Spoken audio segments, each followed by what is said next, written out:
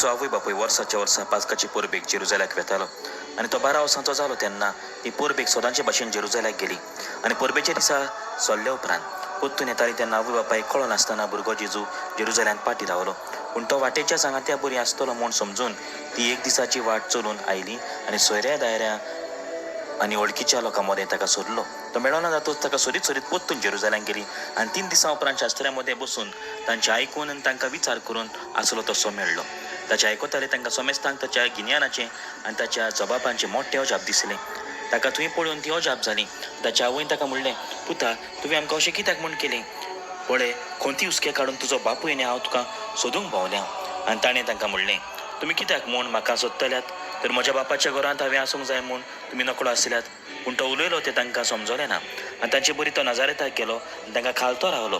ताची आवय हें सगलें आपल्या काळजांत सांबाळून दवरताली आनी जेजूजान वायन पिरायेन आनी कुरपेन देवा आनी मनशां मुखार वाडत वेतालो. वय बाबणानो, आयज पवित्र कुटुंबाची परब, पवित्र कुटुंबाचो एक वांगडी आमकां दर एकल्याक देख जावं बापूय जुजेची देख घेवची, आवयन सायबिणीची देख घेवची, भुरग्यान जेजूची देख घेवची.